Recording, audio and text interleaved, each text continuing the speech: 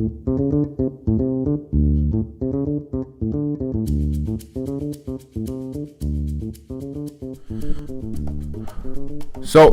my name is Terry Tam. As you know, we're live with Hot Sauce Sports. Well, not really live. We're live on site in my 3.5 in Villeray, and I'm joined by co-host of 2.5 Fighters, Emilio. How's it going, Emilio? Well, man, glad to be here. Good, man. Glad to have you. I appreciate you taking the time to talk some fights. We're finally going to get some sports. Yeah. Not like any Korean soccer leagues, but at least we're getting something going. UFC 249 is going to happen this Saturday, May, whatever it is. I just know it's this Saturday. And it's a stacked card. It's probably one of the best cards I've seen in a while. And we're finally getting a fight. It's not the fight that everybody wanted, not the fight that you wanted, but it's a good fight, right? Oh, man, it's the best next thing, as I like to call it. Yeah, the best next thing. So Justin Gaethje, I mean, he's fighting Tony Ferguson. It's not an interim title fight. It's just maybe a number one contender title fight. I don't know. Did they say that Justin Gaethje is going to get the shot if he wins? They announced, I think, last week that the winner will fight Khabib for the belt. So even regardless, they never announced it. We knew whoever wins is the next guy in line. So it was announced, and that's gonna be whoever wins. Man, that's a good opponent for Khabib. Yeah, of course. I mean, it's gonna be. I mean, I think that I'm more on the Tony Ferguson is the best matchup for Khabib. I think consensus across the board, everybody says the same thing. But what happens in the media is that as soon as somebody gets on one fighter, everybody starts getting on him too, right? And Justin Gaethje, man, that guy will take 100 shots before he goes down. So it's gonna be crazy because we've seen what Tony Ferguson does to his opponents, and it's not fun, right? It's not fun for anybody. Oh man, what you see Tony do is he does everything. He's a polished striker, polished submission artist. Look what he did to Cowboy. He didn't TKO him or finish him, but he destroyed his face. He broke him. That the doctors have to stop it. So regardless of how it pans out, Tony Ferguson just kills you. Yeah. And then you go with Justin Gaethje, a guy who just never dies, technically. And he's looking phenomenal. His last 3 fights, which came out of a spectacular knockout. Yeah, who's he beat in his last 3 fights? He beat Cerrone. He beat Barboza. He knocked out Barboza and James Vick, which are super impressive. Yeah. Well, James Vick, he's had 2 fights in a row where he's kind of got knocked out, right? So I think he got knocked out by Nico Price. Remember that up kick? Yeah, but that's just like that's crazy shit. I got mad at all right. That's what I'm saying. It's like, but James Vick is a great fight. I love James Vick, right? Worst tattoo in the game, but whatever. Yeah, 100%. I gotta love Gaethje. But the thing about Gaethje that throws me off, and I think Tony Ferguson's not gonna be able to figure it out, is that this guy's a wrestler, man, and he just doesn't. He hates going to the ground for some reason. It's actually smart for him not to go to the ground against Tony, but it's crazy to watch him go, and I think it's gonna be a crazy fight. If you had to pick right now, who would you pick, Tony or Gaethje?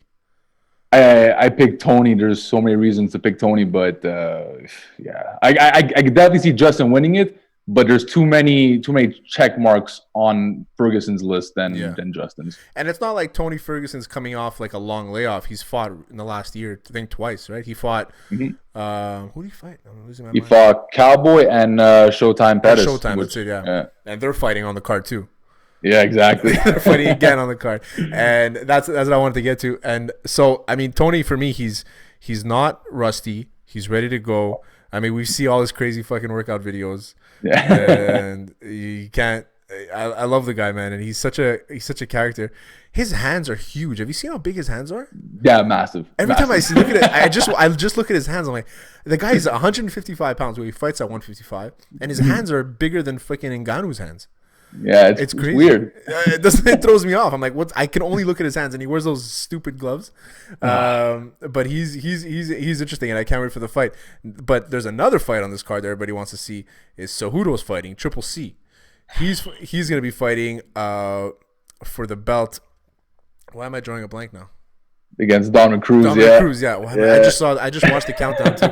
So, and I'm a huge Cruz guy, and I love Cejudo. He's fun, the cringe king, But that's gonna be a crazy fight to me, and I think that I've always been a Cruz guy. I've never steered away from him, no matter if when he lost to Cody Garbrandt. I like Cody Garbrandt too, but I've always been a Cruz guy. What do you think is gonna happen in that fight? Man, I'm on the same boat as you. I've been a fan of Cruz from day one. His obviously his layoffs is kind of like for me and you. It's as a fan, it's like, oh my god, again and again and again. And it's not just little injuries. These are severe ACL, MCL injuries, which take a very long time to come back. So he is probably the smartest fighter in the roster. Yeah. He has the best footwork in the roster. He has so many criterias where he's able to win the fight, but obviously he doesn't believe in ring rust, and he proved that against TJ. When he came back, it was a long layoff, came back and he won. Barely won. But now he's facing a guy in Cejudo, which if we're looking at fighters, let's look at their last matchup, their last fight. He just fought Marlon Moraes, where he was getting destroyed in the first round, and he comes back to win. What a comeback. So it's hard. Cejudo, like, even though a lot of people don't like him, I necessarily am not the biggest fan of his. Yeah. But he does have a lot of style. He does cause a lot of problems for Cruz. And now the whole Cruz fight, it got announced like last month. Like, I had no idea Cruz was I knew that he wanted to fight Cruz, and I thought Cruz was kind of done. Yeah. Then he announced it. I'm like, oh. No, I think that they announced it only because they were just working out like some money. Some when it comes out to contracts, but I think the fight was like they already knew they were going to do it, so they've been in camp for a while now. And did you see the picture of Cejudo with him cutting weight? Oh yeah, this guy unreal. But yeah, I'm kind of on the same boat as you with Cejudo. Is that I like him, but like I keep him at a distance, because he's got that, but he's built that persona. That's who he is. That's how. And it works. Yeah, it works for him, right? It works.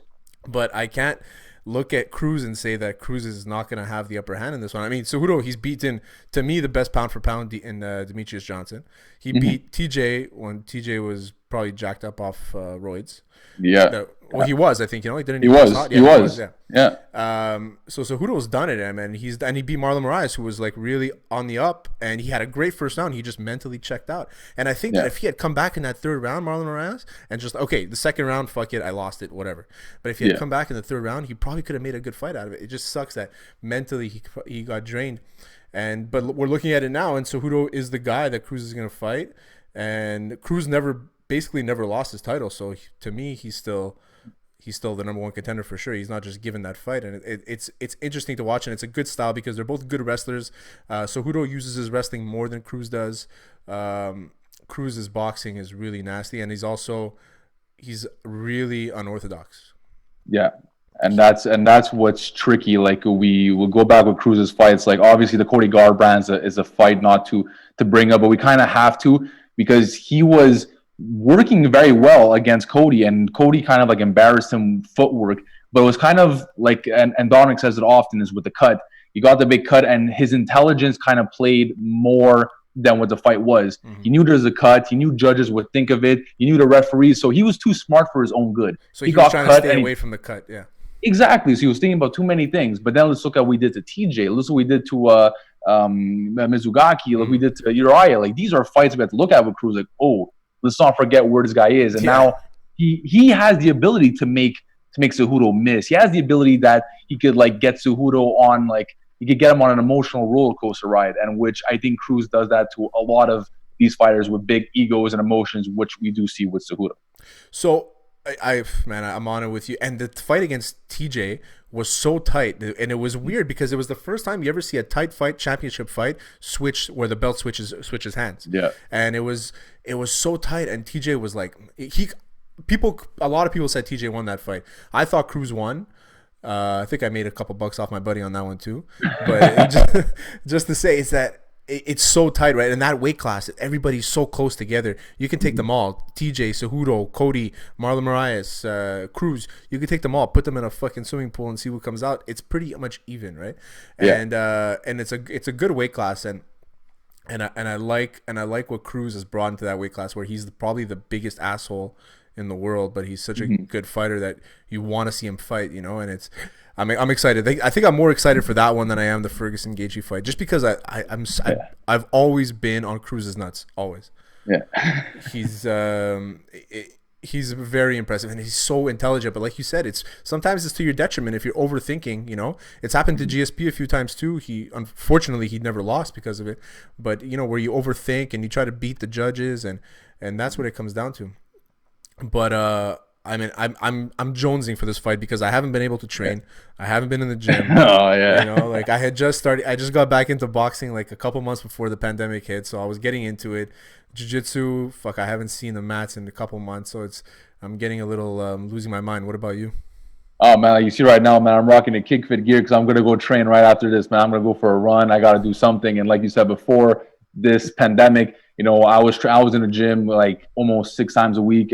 Fighters were coming in. I got two up and coming fighters are gonna be making a splash. Now we don't know when this pandemic will end. We don't know when's the acceptable time to get into the gym. Yeah. So everything's on the up and coming, but I'm trying to train as much as possible. You know, obviously it's kind of hard when you're just home and you got to eat. And for some reason, everybody's making Cinnabons. I don't know what's this thing. It's a whole thing. Down thing. I don't know why, but I'm down to eat it if you're cooking. So I'm just trying to, you know, stay as healthy and stay as active as humanly possible. Who are the fighters that you have working for you? I got Anthony Capello, man. He's really, really young kid, man. When I was fighting, he was actually around 13 years old. So he was always saying as a kid, like, oh, you know, I want to fight. When you want, I'm like, yeah. I'm like, it's gonna happen. You know, I'm focusing more on myself, but I would train with him. Now, you know, I'm 27. Now he's 21 years old, and he's let me check right away. I think me and him, we went for 4-0, 3-0. I think with one draw. Yeah, just want to make it. So he's professional now, or he's still amateur? He's amateur right about now, but like we're on the come up of pro. Like we were like in talks about it, and his last fight was a draw, which BS. If he would have won that, I think we're gonna go pro. But TKO knows of him, so it's definitely we're about 1 or 2 fights away. And we got Joe Marzliano, man. This guy is good too. He used to fight amateur, then you know, me and him talking, and now with this pandemic, telling him what to do. He's on his own grind. He's training twice a day. So nice, good for him. Yeah, so try and get as much guys as we could. And Pat Argucci at Kickfit Lab, man, he's doing phenomenal things. And it just sucks at this point in time where the gym it was at its all-time high, and now it's like pandemic. It's like okay, and everybody's like, you know, what do we do? He's doing Zooms and all that, but like everybody wants to get back in the gym, so. You can't really replicate it being in the gym and getting rounds in with like top level guys. You know, you gotta be there, be able to touch somebody. You can't do a full camp without having sparred or anything. You know, you can hit as many mitts as you want, but realistically, you're gonna need to at least spar a couple times. They fight on the what's it called, Fight Quest. We're about to make the move to Fight Quest. At the moment now, it's MFL. Okay. So MFL is super cool. We got Maz, man. He's an amazing promoter, owner of that. So MFL is doing big things. We'll be going to Fighter Quest soon to see, you know, what's going on. We want to try to dabble in as much promotions here in Montreal as possible. And obviously TKO is the biggest thing. You know, I had a couple of my boys from TKO now are in the UFC. So it's awesome to see that Montreal we do produce one of the best fighters in the world. Obviously, the brothers. We have Andre Barrio. He was in TKO. Now he's in the UFC. Gane, this guy who came from France, fought in TKO. Now he's in the UFC. So like all these guys you hear in TKO now in the UFC. It's like, who are those two French brothers from TKO? I'm drawing a blank now. One of them just signed the UFC. One of them is a 125er. One of the other brothers. I think so. I think he's a 145er. The older one's a what's his name? Anyway, they're nasty. Oh, Jordan. Yeah, Jordan. Oh, man, that dude. Woo. Man, he's so fucking good, man. And I remember him. He was 18 years old, and one of the black belts at Gracie Barra downtown, he was training him. I think he still does train him. And Louis-Philippe Gauthier, and he was training him, and he brought him in. So after we did a no-gi class, these kids came in after, and they were just going, and I was like, fuck, man, these kids are, like, legit. Like, legit. And they were, like, 17 years old at the time, and I was like, fucking, it doesn't make sense, man. I see some of these guys move, and now I started boxing again at Otis Grants. And, Grants. Best gym, best boxing gym, 100%. The best, man.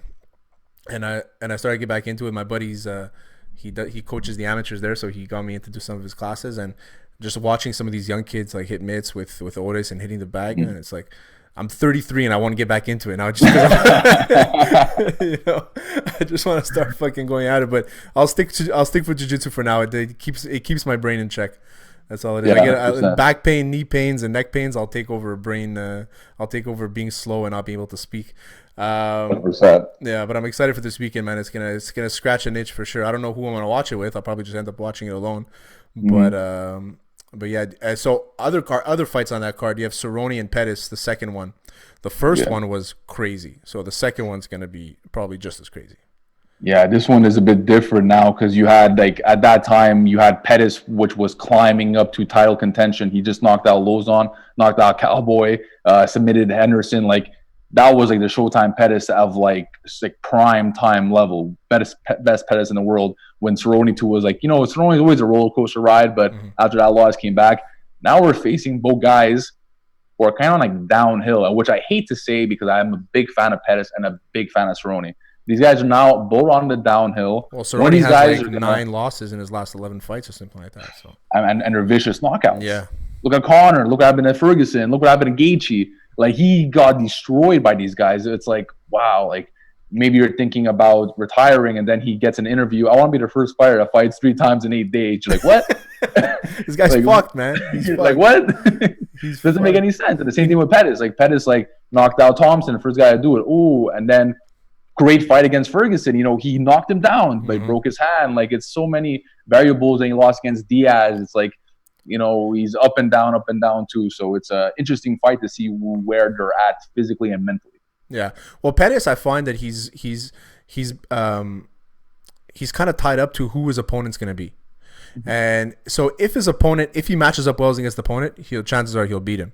But when he beat Wonderboy, that was the biggest shock for me because I'm a huge Wonderboy guy. Like, I love Wonderboy. I think he's great. I mean, I'm never for the clean cut guy. Like, my favorite fighter is Nate Diaz. So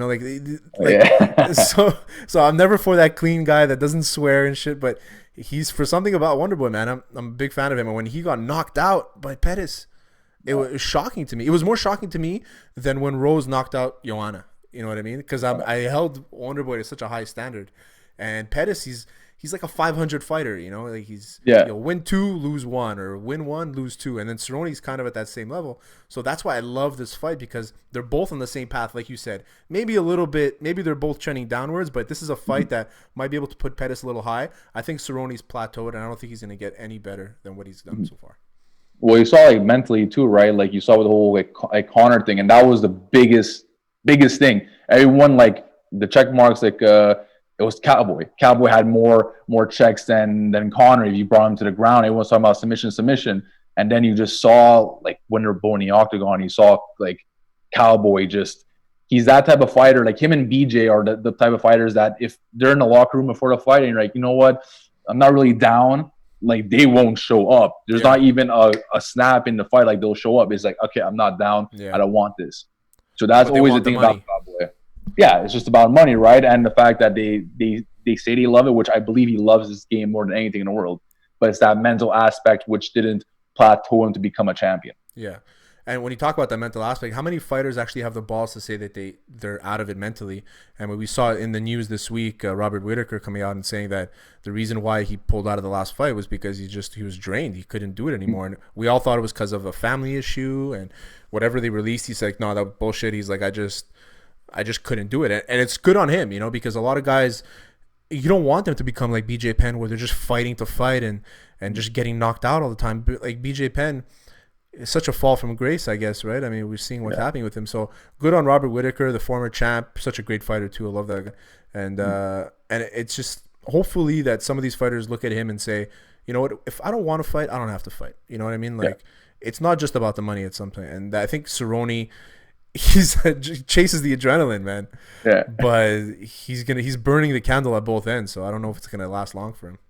No, but it's like you said, it's good now that you're seeing fighters like, you know what, I need to take a layoff. I need to take a break. This is too much. Because if you put them in, first of all, it's your reputation. It's your investment in yourself, making more money in the future, and it's just you getting knocked out. It's not good for yourself or your family. It's just you have to like kind of put aside, okay, this is not the time. Let's take a setback, and then we'll go forward. But some of these guys they don't care. They don't care. It's more of, I need to pay bills, and these guys aren't making Conor McGregor Khabib money.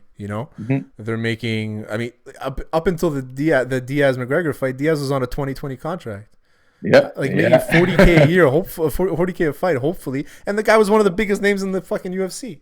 Yeah. So it's like some of these guys don't make the amount of money that they're worth, you know. And to top it all off, you got to pay people, you got to pay your trainers, you know, you got taxes, your manager, your agent, whatever. Yeah. But all these things, they come into play, and just take care of your stuff, man, and figure it out, because I hate seeing, like, remember there was the Ultimate Fighter, the guy, he didn't win, Lane, and he's like, the guy, I'm like, I want to bang, bro, I want to bang. That guy, he came back and fought again, and he got destroyed. I'm like, what the fuck is this guy fighting for, man? But some of these guys, they just have no other option, and that sucks. No. And it's like you said, it sucks. But then some guys like take it super serious. They lose, like, okay, you know what? Let me go. Like the perfect example is Khalil Roundtree. Mm-hmm. This guy was like going down. He's like, you know what? He went to Tiger Muay Thai. He trained, and then I forgot. Oh, we fought. It was like a beautiful. Yeah, it was one of the most beautiful like fights I've seen him. I'm like, wow, gorgeous. And then the next fight got knocked out or whatever, but. That fight was like, wow, like, and he had like a lot of mental issues. Oh, he did, yeah. Who would he fight? And to go with that, yeah, like, I forgot who he fought, but it was like one of the most. I gotta check. Yeah, check it out, because I remember that fight too, and I was like, fuck, man, he looks good. And he got knocked out. I don't even realize he got knocked out after, but he had a great fight, and he was like picking the guy apart, and he looked great. And I mean, Khalil Roundtree was a guy on the Ultimate Fighter. I was like, fuck, this guy, if he like fixes like some things here and there, he can be one of the best fighters in the. So he knocked out Gohan Saki, which was super impressive. Got knocked out by Johnny Walker, which was on the come up, and that performance was Eric Anders. Exactly. He played football. I remember I was gonna say he's a football player. Yeah. So and he got knocked out by Johnny Walker, or he got knocked out by. He got knocked out by Johnny Walker previously to that fight, and then after he got knocked out by Ion Kutliba. Which is like Kutliba, yeah, for sure. Yeah, if you get knocked out by him, it's not that, you know. One of the best strikers in the world. And that's the thing is, like, these, like, you don't know who you're fighting, right? So all these guys, they talk about, oh, this guy has a shitty record here and there, but you can be fighting against a guy like Kutliba, who's probably the head kick you the shit out of you, man. You're like, and you're done. And so you got to make sure you take care of yourself and make sure you're prepared. And I think some of these guys know it. And I wanted to talk to you about. There's all this hype around Israel Adesanya now, Stylebender. Love him. Yeah. Great fighter. Yeah. Mm-hmm. Is the hype real? Honestly, yeah. I the first time I saw Izzy was because I'm a massive Glory kickboxing fan. I love Glory. That's like my kickboxing is where like I came from, so I'm obsessed with Glory. And I remembered him fighting. He was stand up, and there's a difference of MMA striking and like actual kickboxing striking. When I saw him in like Glory, I'm like, wow, this guy is good. He lost. He went for the championship and he lost. But like, I'm like, wow, dude, like this kid's good. So when he came to the UFC, and I'm like, yeah, like this guy is gonna show some like insane striking abilities. You know what I mean? So the hype is definitely real, and especially in the division, man. Like I think the whole John Jones thing is a bit too much. I think that's a different animal. Yeah, you know, I think the 185 is good for Izzy because it's a lot of strikers. Whereas Romero, we thought he was gonna wrestle, which, you know, that fight was just dog shit. But like whatever, like most of the guys in 185, they're strikers. They just want to bang. Whitaker, Kelvin, Costa is gonna be banging. Like these guys are strikers, so it was the perfect division for him. John Jones is not a striker. He's everything. He's everything. He's complete. So that's a different thing. But I think the hype is for sure real. I think the hype is real too. I'm not a huge guy. I hate the Twitter fingers, man. Like, and I don't mind if these guys go back and forth if they're trying to pump up a fight and stuff like that. But it seems like they just bark at each other all the time at John Jones and Stylebender, and that's the part I'm like, okay, it's kind of ugly to watch. Like the whole thing with Woodley now, he's coming out and he's trying to fight. Who did you call out recently? I don't know. It's like as much as I love like Dylan Dennis, he does it well. He trolls people on Twitter and stuff. Yeah. But at the end of the day, just fight. You know, just fight, and nobody will say anything. But I'm looking at you, but on my left side of my screen, I have the rest of the card open, and the UFC 249 card is stacked. I can't wait to watch it. Jeremy Stevens and Calvin Kattar is another fight that I'm fucking excited for. Francis Ngannou and Rosenstruck. Oh, someone's gonna die there. And then you have Verdum is fighting on the prelims against Olenek. You have Carlos Esparza and Karate Hottie Michelle Watterson fighting. You have Uriah Hall, making somewhat of a comeback against Jacare on the undercard. And then on the preliminary, the one on ESPN Plus, you got so Sam Alvey's whatever, he's there. But you have Nico Price against Vicente Luque. To me, man, possibly fight of the night. Possibly fight of the night, yeah. Because Luque, he's coming off that loss to who's his last fight? Oh fuck, was it Wonder Boy? Yeah, he lost. They lost a decision versus Wonder Boy. Yeah. And that was a good fight, man. Wonder Boy picked him apart a bit. Nico Price coming off that knockout to James Vick, that up kick there. So I mean, it's this whole fucking card, man. I'm gonna be hammered watching it all night for sure. I'm excited. But I've been waiting for him. I've been waiting for something, especially UFC, to come down. Now they're doing 3 events in 8 days, and then they put this card out. It's like it's a perfect thing for me, and the whole card, everything makes sense. Everything makes sense about it. So like, yeah, they're smart about this too. Where are they gonna do the fight? They're doing it on Fight Island, or they're doing it at Tashi? Doing Jacksonville, Florida. Goddamn Florida! They want only in Florida. Only in Florida, you're gonna see all these things happen. So holy fuck, man! How did they get there? I guess nobody's gonna be in the stands, right? It's just gonna be no, nobody in the stands. And I think this week they're gonna like lay out like how they're gonna test people when they come in, isolate everybody. Same thing with the commentary. I think it's DC, Rogan, and Anik. I think they'll be isolated too, getting tested. So they're really taking precautions for this. I really thought it was going to be in Fight Island, but all 3 events are in Jacksonville. So. That's crazy, man. I'm fucking excited, and I like that they brought out the black belts and the commentators too. DC, Rogan, and Anik. It's gonna be nice, but it's gonna be crazy, man. I'm super excited. What's the future of the flyweight division? So right now, Cejudo, he's gone. He's vacated his belt. Yeah. Who's left there? Because DJ's gone. Yeah. Who's left in the flyweight division? Well, I think now they're going to get a rematch with Benavidez and what's that Brazilian cat's name? The guy that beat him. Yeah, he beat him because he missed weight, technically he's not the champ. And honestly, that flyweight division, man, like it's only Joe Benavidez. There's nobody else in there. And aside for Joe, because Joe, that's his weight. You know, I think if he goes to 135, it's too many monsters. I think it's way too many guys out there, especially like Cody's one of his boys that's in the top of the division. So that's kind of like conflicting with him. And I don't want to say scrap the division because there's so many great fighters in that roster, but like there's nothing. I'm the biggest fan. Like I will watch anything. I swear I will watch anything. Same. Like, these flyweights, like I watched the Benavidez like main event, but like there's nothing in a flyweight fight except if DJ comes back, which will get me like wow. Like nothing will wow me. It'll never highlight a pay-per-view. It'll never be a main card on a fight night. No. Never be. And that's unfortunate because we all know what Joe Benavidez is capable of. Yeah. And I wrote an article a long time ago, the best of the rest, or the best fighters that never really won a UFC belt. I put Cerrone in there. I put the Diaz brothers in there. I put Uriah Faber because he never really won the UFC belt. He was king in the WEC. And I put Joe Benavidez in there. And I even put fuck man, I'm slow today. Overeem. Overeem, yeah. So these are the guys. If Overeem to me is if he won a UFC belt, he'd be considered the best heavyweight in MMA history. But Joe Benavidez was a guy also. He never really won the belt. He's had a couple chances, and it sucks because he's such a well-respected guy. You know, you root for the nice guy kind of thing. Yeah. And I feel like he's not going to have a job after this. And there's no WEC that had. Remember, WEC had all the small weight classes. Yeah. And there's no WEC nowadays, you know. So I don't know if Strikeforce, if World Series of Fighting or PFL or whatever it's called nowadays, or even Bellator is be able to take him on. But I think the flyweight division of the UFC is dead.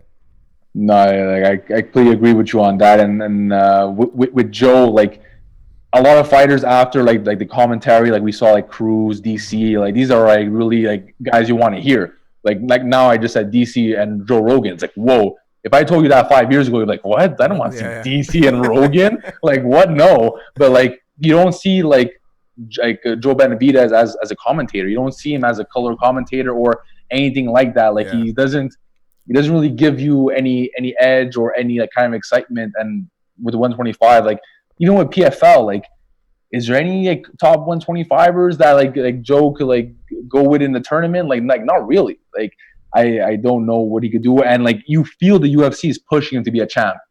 Yeah, they really pushing him. Yeah. just so they can say that they have a champion that's legitimate, right? Yeah. And remember that tournament, the Ultimate Fighter, the tournament they did for the flyweights, all the best fighters in the world, all the champions from other leagues. Oh yeah. And they had Sherbatov's on there, yeah. And he was on it, and he was the champion at TKO at the time. And Tim Elliott ended up like almost fucking beating DJ in that fight. And I was like, okay, cool. The flyweight division is open, and then nothing else happened after that, you know. And it's unfortunate. And DJ left at the right time. I think he's making his money over there in Japan, and it'll be fine. But I'm looking at the UFC 249 card, and there's not one flyweight fight on it. Just to say, I think every other division's there: lightweight, featherweight, welterweight. There's 2 girl fights, middleweight. Everything is there. Everything's available except for the flyweight division, which just goes to show you the depth that it has. I like it, man. I like it. I look forward to watching the fights. I'll be live tweeting, so I'll probably at you a few times. I got you. Thanks for coming on, Emilio. I really appreciate it, man, and have fun watching the fights. Always a pleasure, man. You too. Stay safe out there, man.